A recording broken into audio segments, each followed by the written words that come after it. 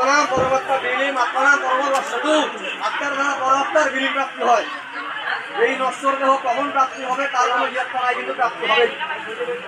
এই প্রাপ্তির জন্য এই আত্মার শরীরের আমাদের কি হয়, শরীরের মুক্ত প্রাপ্তি হয় না, আত্মার মুখ প্রাপ্তি হয়।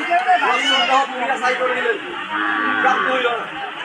নশ্বর দেহ কি হয়, একজন মানব ছিলেন, উনি গৌরীয় মিশন নাম শুনছেন? গৌরীয় মিশন বৈষ্ণব সম্প্রদায়ের ঈশ্বরের প্রতিষ্ঠাতা অভয়াচরণ বিন্দু পূর্বপুরুষ বা পূর্বশ্রী গুরু। তিনি বলছেন এই নশ্বর দেহর যে কাপড় চোপড় বেশ আভূষণ আমরা করি, সেটাকে তিনি এমন একজন নারীর সাথে তুলনা করতেছেন যে আমি এসব বলতেছি না। এই নারীদের যেরকম আভূষণ দ্বারা ধর্মপ্রাপ্তি হয় না, সেরকম বলতে নশ্বর দেহর আভূষণ মানে এই যে সোনা গয়না মালা, এগুলো তারা অবসর প্রাপ্ত হয় না। কিভাবে প্রাপ্ত হয়? যখনই তার ভিতরে মন নামক চৈতন্য পরমাত্মাতে বিলীন হয়, পরমাত্মার সাথে পরম গতি প্রাপ্ত হয়, তখনই প্রাপ্ত হয়। তা আমরা সৌভাগ্যবান, আমি আপনি সবাই এইখানে তারা উপস্থিত আছেন, তারা এই নশ্বর দেহের পরমাত্মার প্রাপ্তি প্রাপ্ত হব এবং সেই পরমাত্মার কল্যাণ প্রাপ্তি হবে আমাদের। সেটা আমি হোক, আপনি হই, অমুক হোক, তোমার সবাই।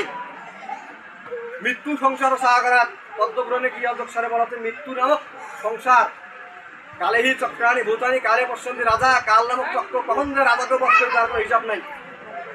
কিন্তু বধ আমরা হবই, কিন্তু বধের পরও আমরা কি পরম লোকে প্রাপ্তি হবো। এই জন্য